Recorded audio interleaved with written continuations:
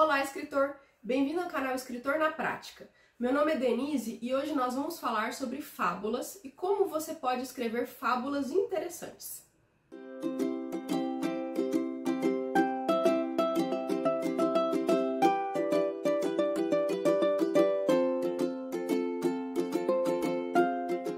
Eu voltei com o desafio Te Conto Sexta no Instagram, onde eu escrevo um conto toda sexta-feira com um tema sugerido pelos seguidores. E o tema dessa semana foi criar uma fábula sobre um homem que não gosta de seu emprego. Fábulas são sim gêneros de contos. É uma história curta, fictícia, com poucos personagens, um conflito único e um final impactante. Então eu resolvi gravar esse vídeo para falar um pouco mais das fábulas e no final eu vou ler uma fábula bem legal do La Fontaine e fazer uma análise dela, na perspectiva do escritor. As fábulas simulam verdades.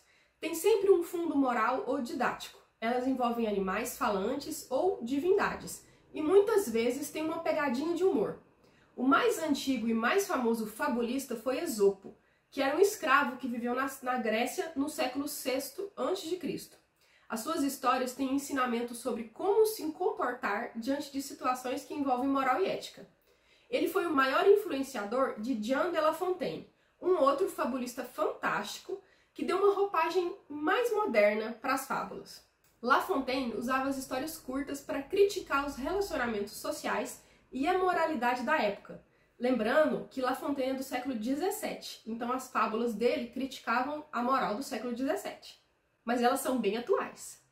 A moral numa fábula é sempre uma regra de conduta imposta. Ela dita um comportamento certo, que precisa ser imitado com fidelidade, e mostra o errado, que precisa ser evitado e banido. E esse é um ponto importante de reflexão para o escritor de fábulas. O que é certo? E o que é errado? É claro que essa resposta vai ficar a cargo de cada um. Cada pessoa aprenderá ao longo da vida certos e errados, e não cabe a mim julgar seu conto. Na verdade, essa percepção de certo ou errado precisa ser congruente com a realidade de mundo do seu leitor. Alguns leitores vão concordar com a sua história, outros vão discordar. Não se preocupe muito com isso. Sinta-se livre para expressar suas verdades. É esse o trabalho do escritor. Os meus filhos ouvem muitas fábulas. Eu tenho várias coletâneas delas. Mas algumas histórias eu repito mais vezes para eles. E sabe quais são? As que eu acredito que têm melhores lições. As lições que eu, como mãe, acho importante. E isso é extremamente pessoal. Mas ao invés de queimar as fábulas que eu não concordo, eu só não as leio. Fica a dica. Voltando às fábulas, o certo e o errado são aquela velha briga do bem e do mal, e que faz um sucesso gigante, pois as pessoas não conseguem compreender o mundo sem a dualidade, sem a comparação. As fábulas funcionam como espelhos. Elas refletem uma grande variedade de imagens e ideias que levam o leitor a se identificar emocionalmente com elas e projetar suas necessidades evolutivas nesses contos. Eles nos fazem refletir sobre conteúdos psicológicos que precisamos ressignificar, dar outro significado.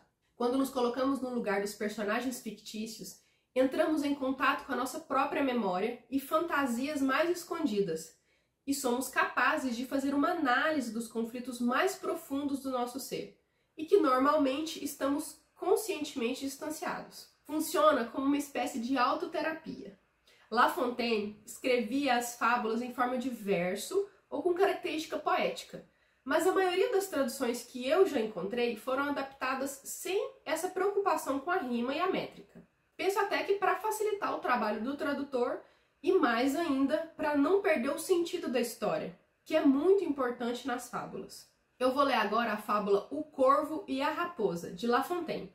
E ao final eu vou comentar sobre a estrutura do texto. E vai ficar a seu cargo me dizer o que você acha da moral da história dessa fábula. O certo e o errado. São o seu certo e errado? Vamos lá, vamos ver. No alto de uma árvore, um corvo segurava no bico um pedaço de carne. Uma raposa, atraída pelo cheiro, aproximou-se e lhe dirige a palavra. Ei, bom dia, senhor corvo. Como o senhor está lindo! como é bela a sua plumagem.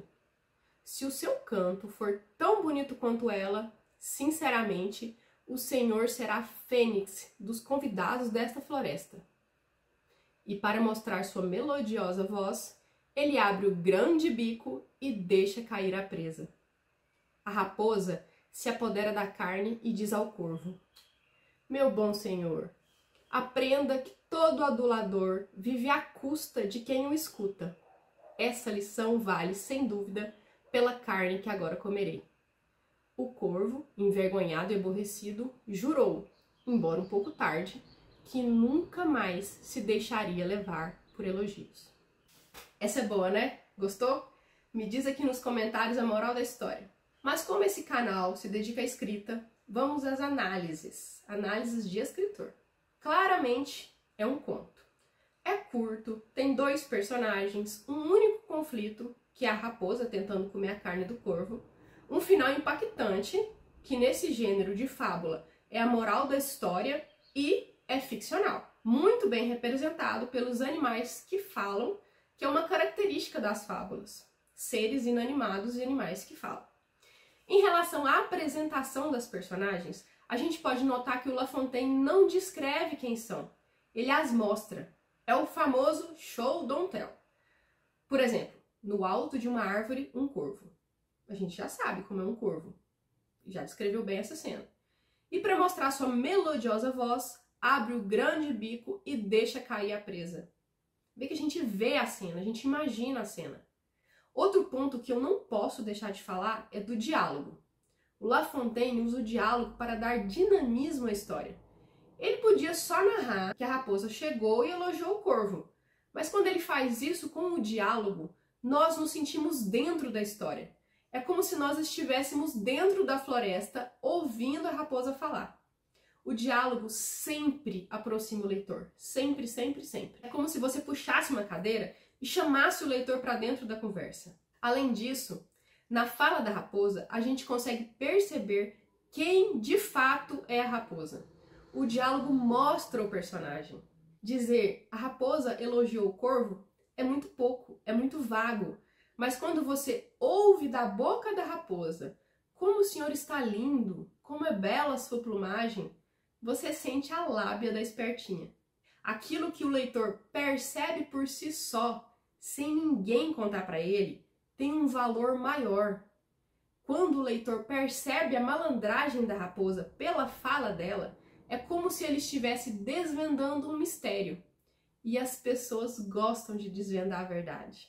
E o último ponto que eu quero tratar nessa fábula, e que vale para todas as fábulas, é que no final a raposa revela sua crença de que todo adulador vive à custa de quem o adula. Isso está expresso, está escrito.